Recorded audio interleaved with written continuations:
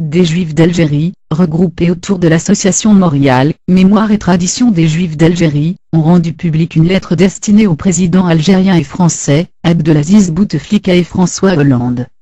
Signée par le président de l'association Didier Nebaud, la missive s'adresse en premier au président français à propos de l'importance accordée par François Hollande au devoir de mémoire pour lui apporter quelques précisions historiques, notamment le mépris et les humiliations subies par les Juifs, dignitaires d'islam, allant parfois jusqu'au massacre de certaines communautés.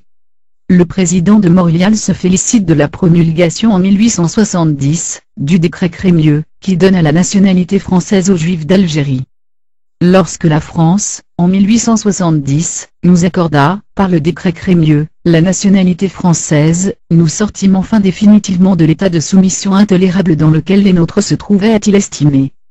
Ensuite, Didier Nebaud a évoqué la condamnation par Hollande des massacres subis par la population algérienne en mai 1945, précisant que son association aurait souhaité qu'il condamne de la même façon, entre autres, le pogrom de Constantine qui eut lieu, le 5 août 1934, et qui coûta la vie à 28 de nos coreligionnaires roulés. Horrible massacre que subirent les Juifs de Mascara en 1835, lorsque les troupes d'Abd el-Kadé, contre la volonté de leur chef, tuèrent de nombreux Juifs alors que le général Clausel prenait possession de la ville. Dans sa lettre, le président de Montréal semble ne pas avoir apprécié les propos de Hollande sur les méfaits de la colonisation.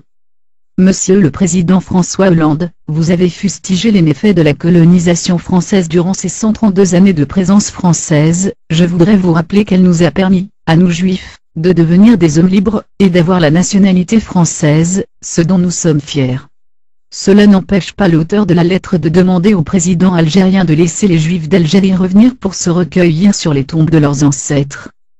Il serait bon, Monsieur le Président de la République algérienne, que nous puissions revenir sur la terre de nos ancêtres pour nous recueillir sur les tombes de nos aïeux selon nos rites, en toute sécurité, non seulement à titre individuel, comme cela est plutôt possible, mais aussi et surtout collectivement, comme peuvent le faire nos amis chrétiens, a-t-il affirmé. À l'adresse de Bouteflika, il a commencé par un rappel du passé.